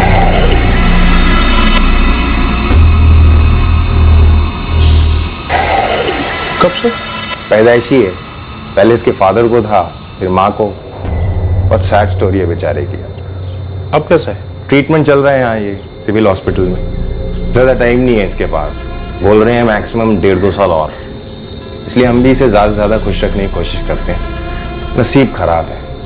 नसीब का ऐसा है ना कि हम खुद अपना खराब नसीब अच्छा बना सकते हैं, लेकिन उसके लिए दिल पर पत्थर और दिमाग में थोड़ा सा जोर देना पड़ता है। क्या मतलब? सुनने में तुझे भले बुरा लगे, लेकिन हकीकत यह है कि कुछ अच्छा करो तो उसका कुछ फायदा होना चाहिए। तूने अपनी बीवी के मुंह बोले भाई के लिए बहुत कुछ किया, लेकिन ये खुद तुझे कुछ रिटर्न तो दे नहीं सकता। कम से कम इसके जाने के बाद तेरा कुछ फायदा होना चाहिए ना। क्या बोल क्या रहा है रवि तू? लेकिन यार श्रीधर HIV पॉजिटिव है, ये बात हम कैसे छुपा सकते हैं? अरे यार छुपा कहाँ रहे हैं, सिर्फ हम उसको बता नहीं रहे। और तू इतना मत सोच बे। चल जा उसके सिग्नेचर ले ले, चल जा।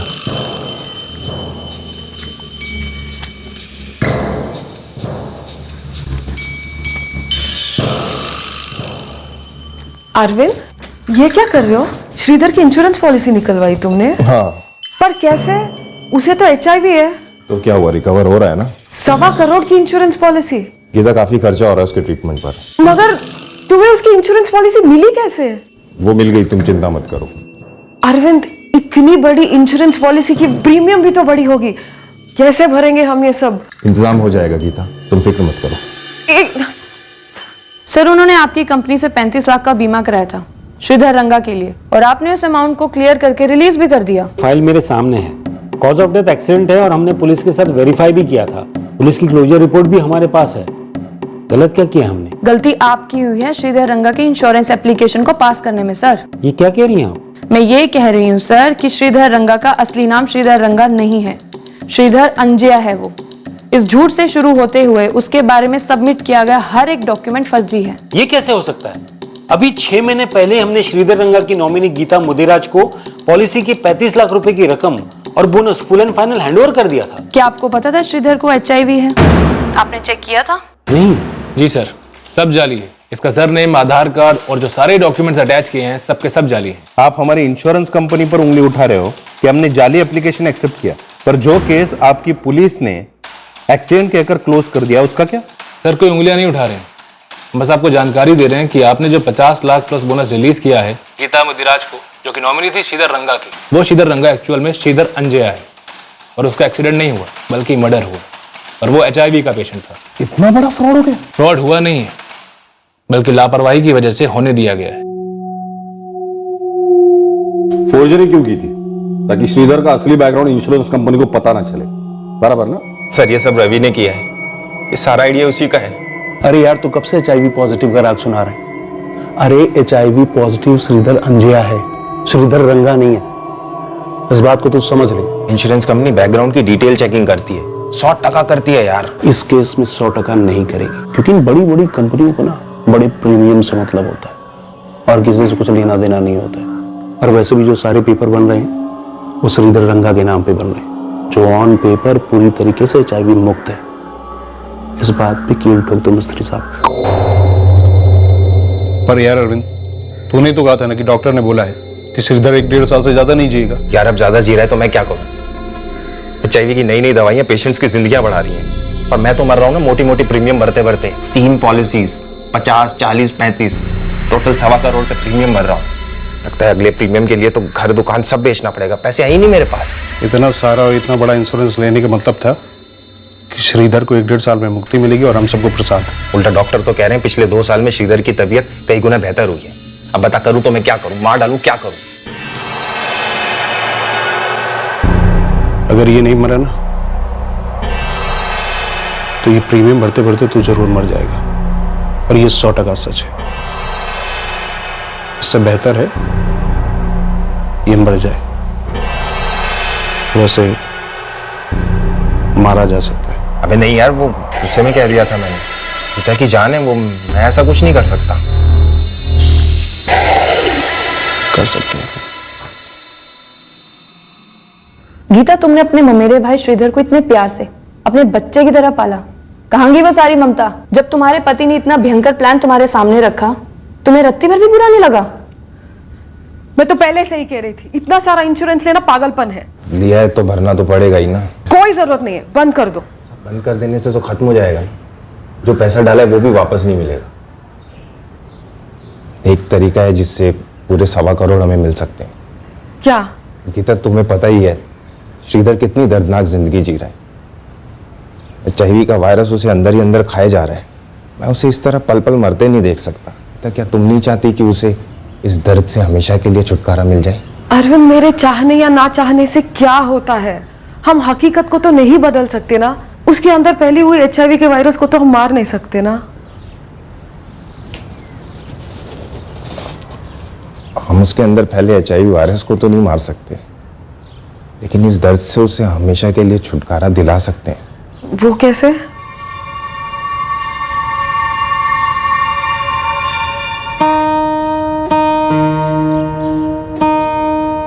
सुनने में जैसा भी लगता हो तुम्हें, पर सच ये है कि इससे श्रीधर को मुक्ति मिलेगी उसके दर्द से और हमें गरीबी से। वैसे भी श्रीधर अब तक जिया ही क्या है, आगे भी क्या जिएगा और कितना जिएगा? हकीकत तो नहीं बदल सकती। ये मौका है गीता, एक मौका है हकीकत को बदलने का। मना मत करो। अब वक्त आ गया है कि हम श्रीधर का दर्द दूर करें, और हम नहीं करेंगे तो कौन करेगा?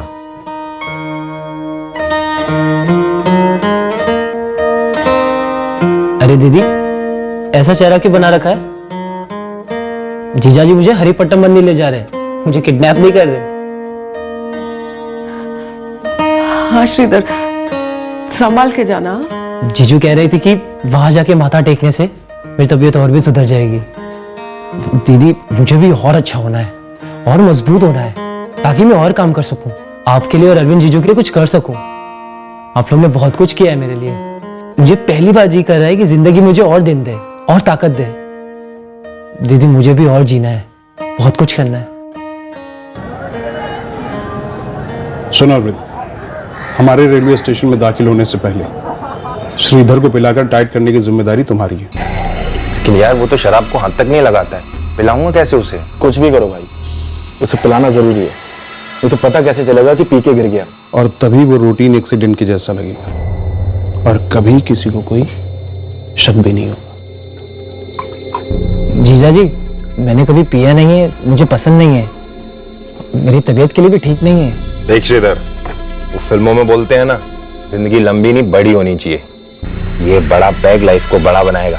ये ले, लटक जाए एक झटके में, फिर देख क्या मजा आएगा। मैं हूं ना तेरे साथ। जीजू मजा भी आ रहा है और चक्कर भी आ रहा है।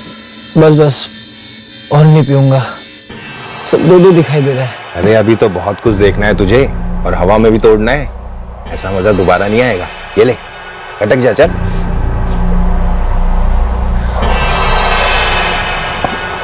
अरविंद, पिलाने से पहले श्रीधर को ट्रेन का टिकट लेने के लिए टिकट विंडो पर अकेले भेजना और उसको बोलना कि 2 अलग अलग टिकट ले। अगर वो पूछता है कि 2 अलग अलग टिकट क्यों, तो उसको बोलना कि ट्रेन में भीड़ बहुत ज्यादा रहेगी और अगर हम लोग कहीं बिछड़ गए तो हमारी टिकटें हमारी जेब में होंगी। लेकिन श्रीधर को ही टिकट लेने क्यों भेजूं, और 2 अलग अलग टिकट क्यों? ताकि हम में से किसी को कोई भी कहीं भी पहचान न सके। और 2 अलग अलग टिकट लेने का मतलब है कि श्रीधर अकेले सफर कर रहा था। 2 अलग अलग टिकट हरिपट्टी। अरविंद, लोकेश, गंगा और मैं तीनों अलग अलग आएंगे ताकि कोई भी हमें एक साथ देख ना पाए। वैसे तो केस एक्सीडेंट का होगा और वैसे ही क्लोज होगा, लेकिन चांस नहीं लेना है। तहकीकात हुई तब भी हमें सेफ रहना। रेलवे स्टेशन के कोने कोने में सीसीटीवी है, पुलिस एक बार तो चेक करेगी, इसलिए उन्हें बिल्कुल दिखना नहीं चाहिए कि वो किसके साथ है और किससे बात कर रहा है। इसलिए टिकट खरीदने उसे अकेले ही भेजना। वैसे ये आइडिया मेरा है। चुप कर। जब देखो बच्चों की तरह मेरा आइडिया करता रहता है। परा, मैं श्रीधर को अचानक से बोगी में मिलूंगा। ऐसा लगेगा जैसे कोई इत्तेफाक हो, और जैसे मैं तुम्हारे पास आकर बैठूंगा तुम टॉयलेट का बहाना बनाकर निकल जाना।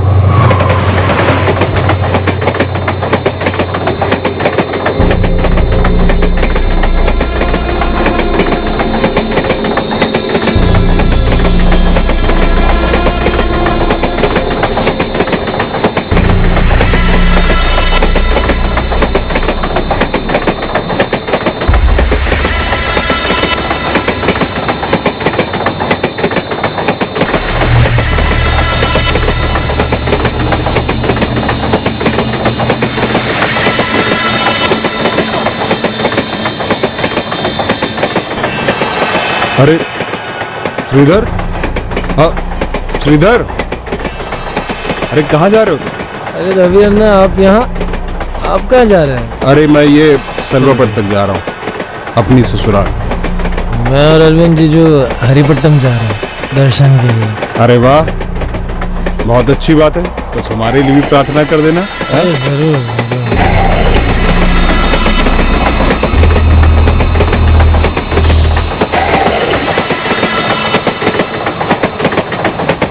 श्रीधर तुम दोनों को पहचानता नहीं, तो तुम लोग कंपार्टमेंट में ऐसे फैल जाओगे ताकि किसी को कोई भनक तक न लगे कि कब श्रीधर मेरे साथ दरवाजे पर बैठा, कब मैंने उसको धक्का दिया, कब वो गिरा। समझ गए तुम लोग?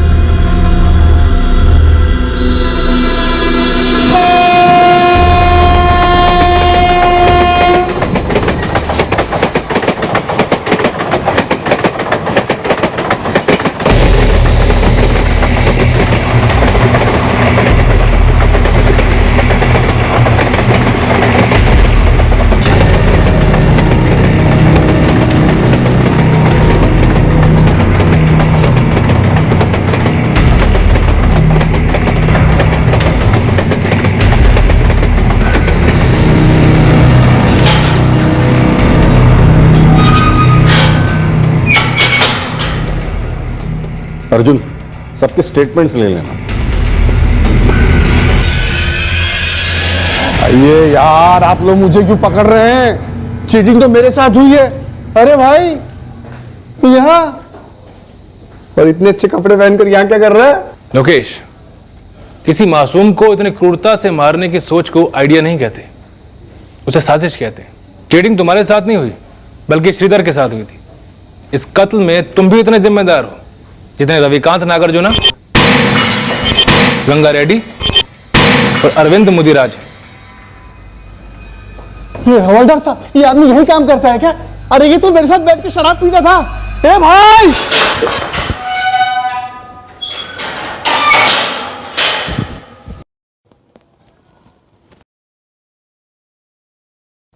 देखा चीटिंग जितने मेरे साथ, पाप लग गया तुम्हें, अब सबके सब भुगतेंगे।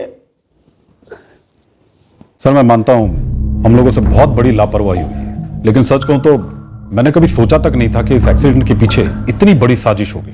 सर, श्रीधर रंगा का आधार कार्ड मिला था, उसकी आइडेंटिटी मिटाने की कोशिश भी नहीं की गई थी। वो आधार कार्ड फर्जी था शेखर।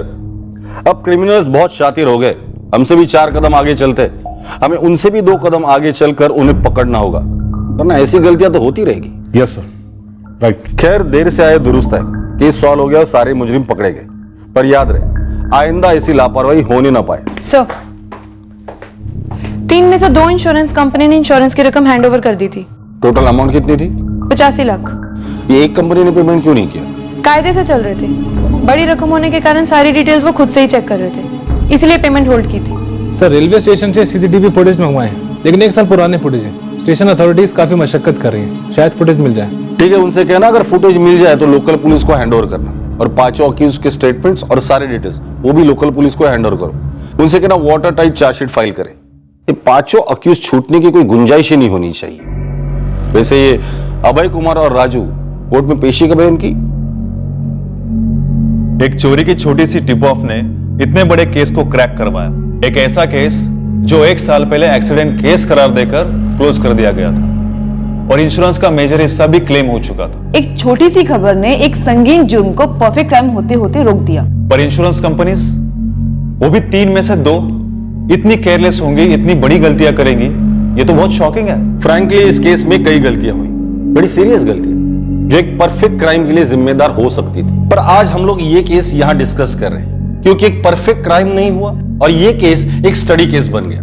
ये केस एक मिसाल है उस बात की कि छोटी से छोटी लीड को भी फॉलो करो, झूठा या गलत साबित होने तक उस लीड की इन्वेस्टिगेशन क्लोज मत करो। दूसरी लर्निंग, कई लोग गलतियां करते हैं लापरवाही की वजह से, जैसे कि इस केस में इंश्योरेंस कंपनीज ने की, पुलिस फोर्स ने भी की। पर एज ऑफिसर हमें हर कदम पर लापरवाही और इनएफिशिएंसी दोनों के लिए 0 टॉलरेंस रखनी चाहिए। ड्यूटी करते वक्त सतर्क रहना हमारा कोर स्वभाव बन जाना चाहिए। अरविंद मुदिराज, उसकी पत्नी गीता मुदिराज, रविकांत, गंगा और लोकेश को आईपीसी की धारा 302 के तहत कत्ल के लिए, धारा 420 के तहत चीटिंग और फ्रॉड के लिए और धारा 120B के तहत क्रिमिनल कॉन्स्पिरेसी के लिए गिरफ्तार किया गया है।